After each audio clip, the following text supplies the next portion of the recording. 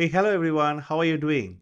Welcome back to another fundamental video from the playlist F for Fundamentals. Today we are going to talk about DNS. In the last video we learned about API. Today we are going to learn about DNS. But hang on, isn't DNS related to networking, internet and all these things?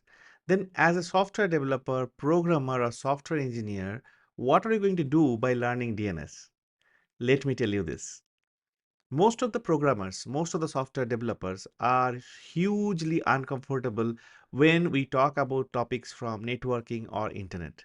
They think that, okay, just by learning a library or a framework or bunch of tools, we can really take our work forward and contribute to our work life. But let me tell you this, that when you grow in experience, you would need some of the fundamental concepts that will help you establish yourself as a senior software engineer at your workplace. The concept of DNS, the concept like API, concept like CDN, HTTP, HTTPS, protocol, IP address, load balancer, API gateway. Lot of these topics are very important for your longer career. And also once you understand this topic, it is going to help you to understand system design in much better way.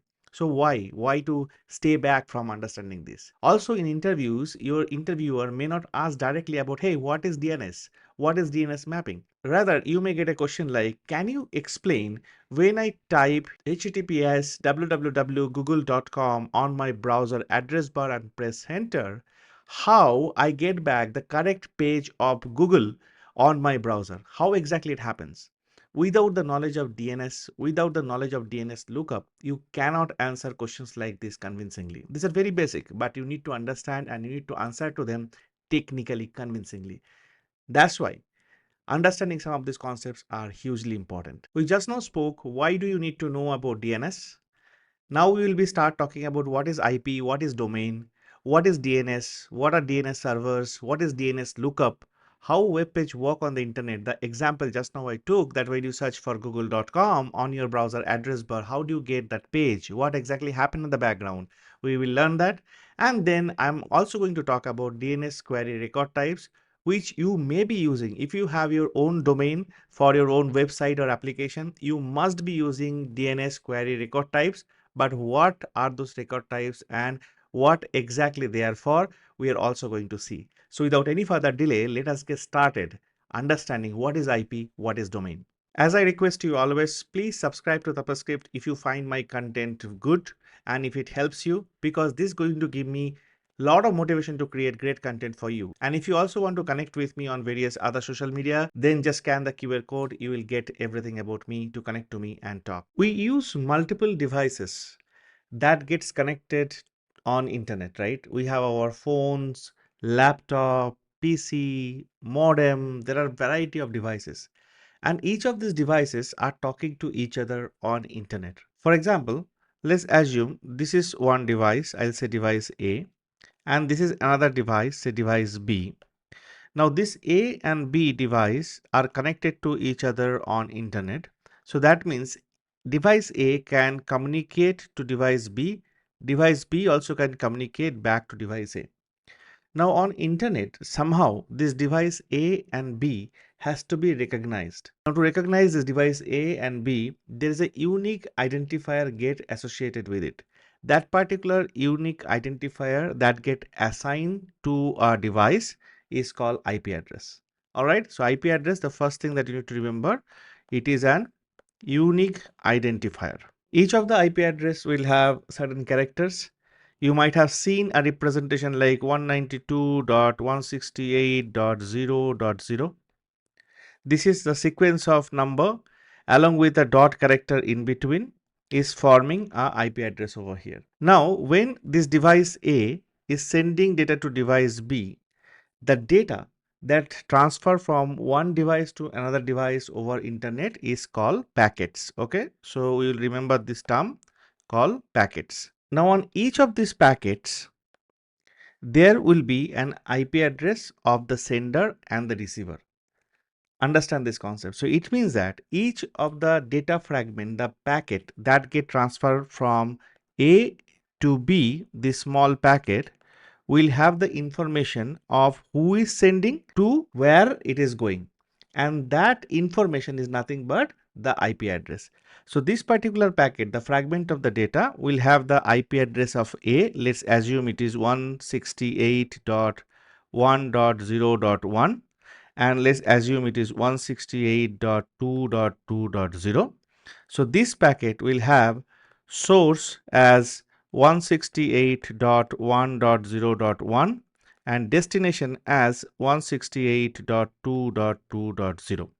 Then only the data can pass from A to B, device A to device B, and that is why IP address is playing a very, very big role. I hope this is clear. As we know about IP address now, we have to know about domain name. What is domain name? Now, I just now told the IP address is sequence of character, and that something looks like 168.0.0.1. This kind of representation. This is a representation of an IP version 4. The IP version 6, this representation will be much more complex. Now, if I tell you that you have to go to a website whose IP address is 168.0.0.1 or a complex IPv6 address, it is really difficult for you to remember this particular character sequence always. Rather, you will be able to remember some of the name which are like human readable. For example, you will remember google.com very well than an IP address say 192.0.0.1 for google.com. You will remember tapascript.io, this particular name very well than remembering 192.2.2.2, right? So as and when there are more and more such IP address you have to remember, your memory will be occupied and you won't be able to recollect like which one is for what. That's the reason there is a mapping exist for each of the IP address that can translate to a particular domain name, or for each of this domain name that can translate to each of this IP address, and that's how you have to just remember this particular name. You don't have to remember this IP addresses at all. So this name is called domain name. So if you ask for a definition of a domain name, that's a simple human readable name which maps to an IP address. This is the name user will be typing on their web browser usually to get a web page. So this is what is domain name. Now, as you can understand, there are millions, billions of website exist. That means there are million, billions of domain name exist. There are million, billions of IP addresses exist. So that many domain name are mapped to that many IP addresses in all over the world. So you need a system that can resolve the domain name that you will be typing on your browser's address bar, say google.com, and that will resolve to a particular IP address and then get back to you the page that you are actually looking for google.com to show. So you need a system for that. That particular system is called domain name system, or DNS. Understood completely? This DNS, which we are saying domain name system, what exactly this system holds? What are the backbone of the system? What are the physical thing that the system has so that it can help us whenever we type a domain name and can resolve to an IP address? Let's see that. When a user type a domain name on the browser address bar and press enter, so there is something called DNS lookup happen. DNS lookup means domain name lookup. Try to understand the mapping of this particular domain name with its IP address so that it can get the relevant page back and then render on the browser. That's the whole objective. Now, this entire domain name resolution or the domain name lookup, for that to happen, there are few things that take part in it. We have to understand what are those things and what are the role of each of them that they play into that. That's the main crux of DNS and the DNS lookup. All right. First is something called DNS resolver. Okay. I'll come to the explanation of each of these with some analogy in a bit. First, let's list them down. Second one is something called a root server. These are pretty easy thing actually if you understand it well. Next, we will have a TLD server. The names are little bit difficult to remember, but once we understand the analogy, it will be very easy. And the last one is called authoritative name server.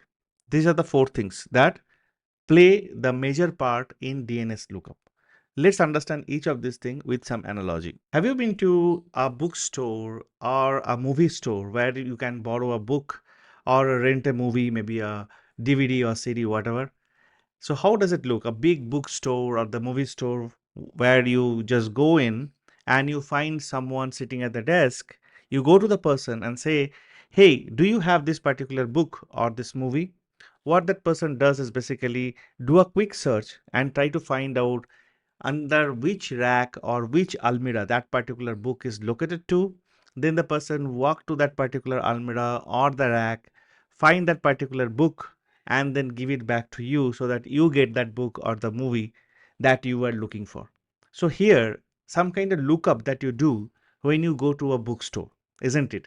You are looking for something, you get something, and there is a middleman which actually helped you to figure out on which location of that particular bookstore or the movie store the intended book or the movie was residing. Similar thing exactly happened with all these four things.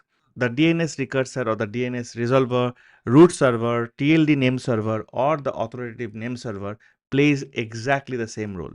When, as a user, you are searching for a particular domain, say example.com, you are actually initiating a lookup. Now, when you initiating a lookup, the first thing that come into picture is called DNS resolver or DNS recursor. Consider this as that person who sits in that particular shop to help you out, figure out where exactly your book, where exactly your movie, in which rack it is, in which almirah it is. It is that particular person. Okay, that is the analogy.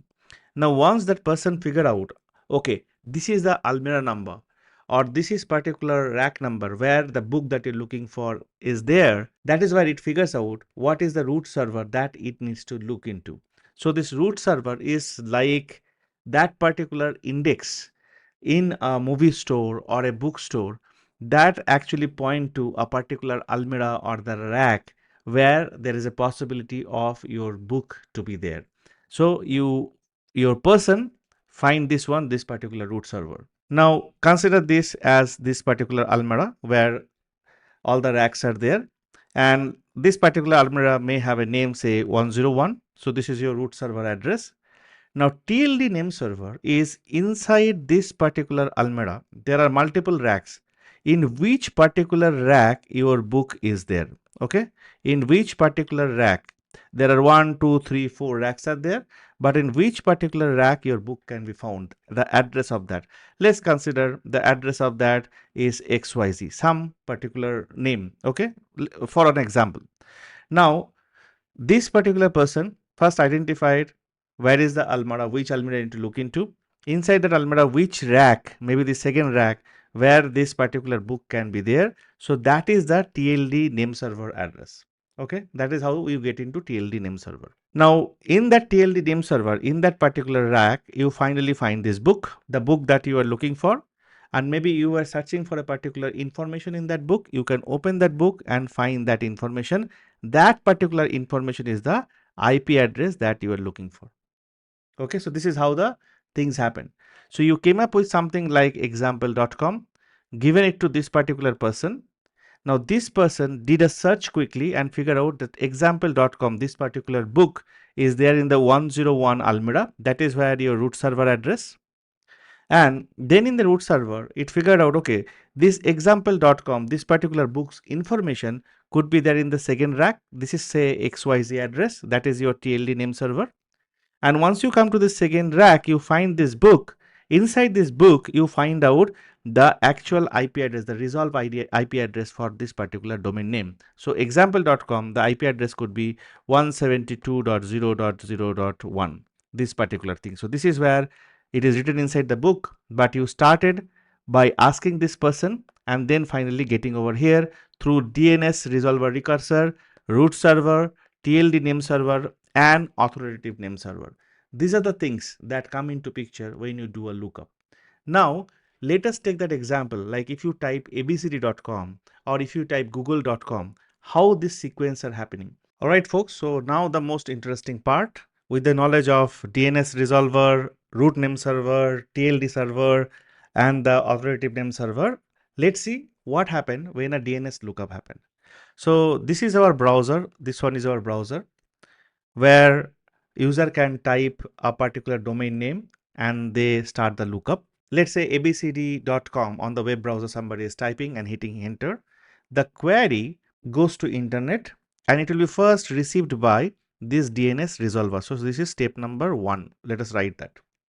Okay. Now once this DNS resolver receive this query, it will pass to DNS root server, which is over here, the number 2. Think about it. This is the person who first got the request of your book or movie and then doing a search to find out under which almara, inside which almara that your book or movie DVD is there. So it passed that particular request.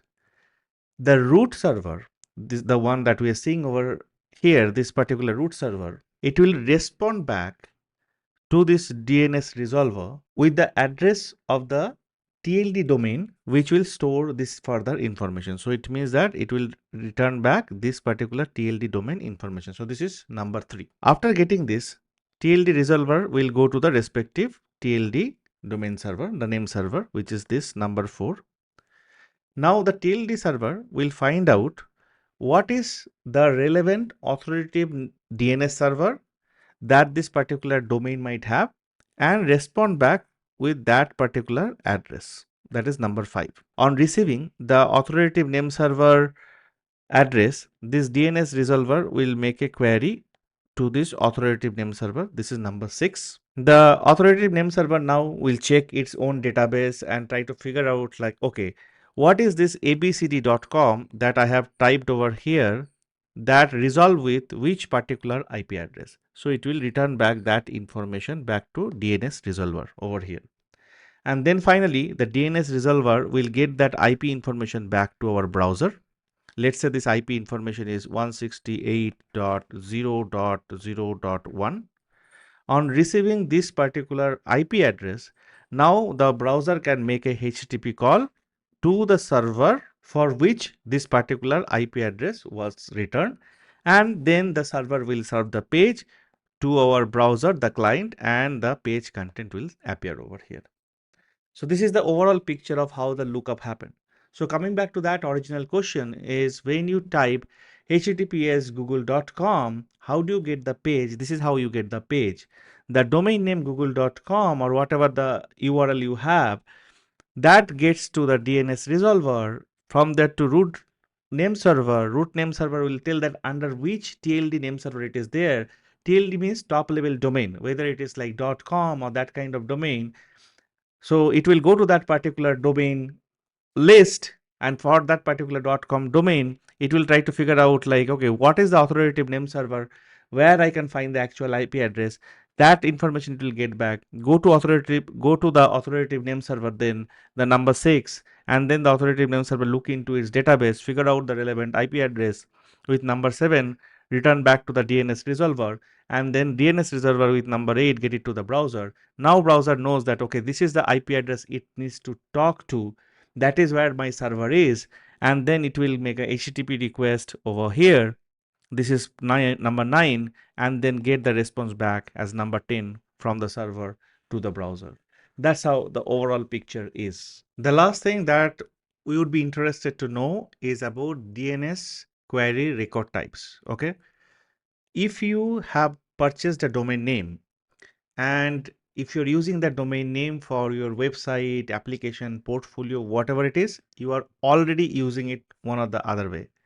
You may not know the definition of them very well yet. That's why I'm going to explain for the few which are very popular.